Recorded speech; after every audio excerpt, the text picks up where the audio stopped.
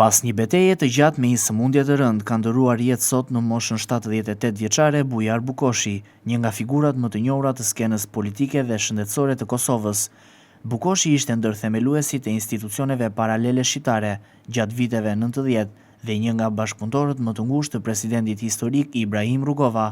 Ai u emërua kryeministri i qeverisë së Kosovës në ekzil pas shpalljes së Republikës së Kosovës më 1991 dhe për afro një dekadë punoi nga Gjermania për të sensibilizuar botën perëndimore për represionin serb në Kosovë.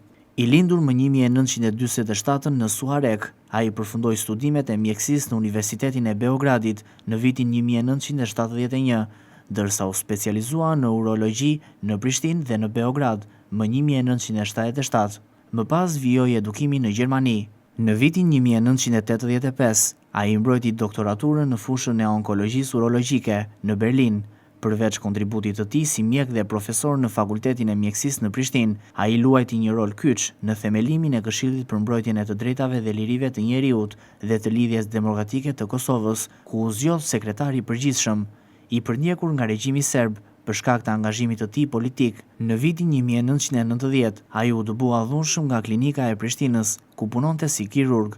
Me krijimin e qeverisë së Kosovës, Bukoshi organizoi rrjetin e donacioneve nga diaspora, që mbajti në jetë sistemin paralel të arsimit dhe shëndetësisë në Kosovë.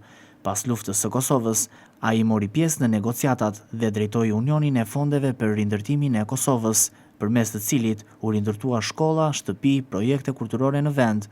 Më pas, shërbeu si deputet ministër i shëndetësisë dhe zëvendësministër në qeverinë e Kosovës, duke kontribuar në reforma në shëndetësi dhe mirëqenie sociale.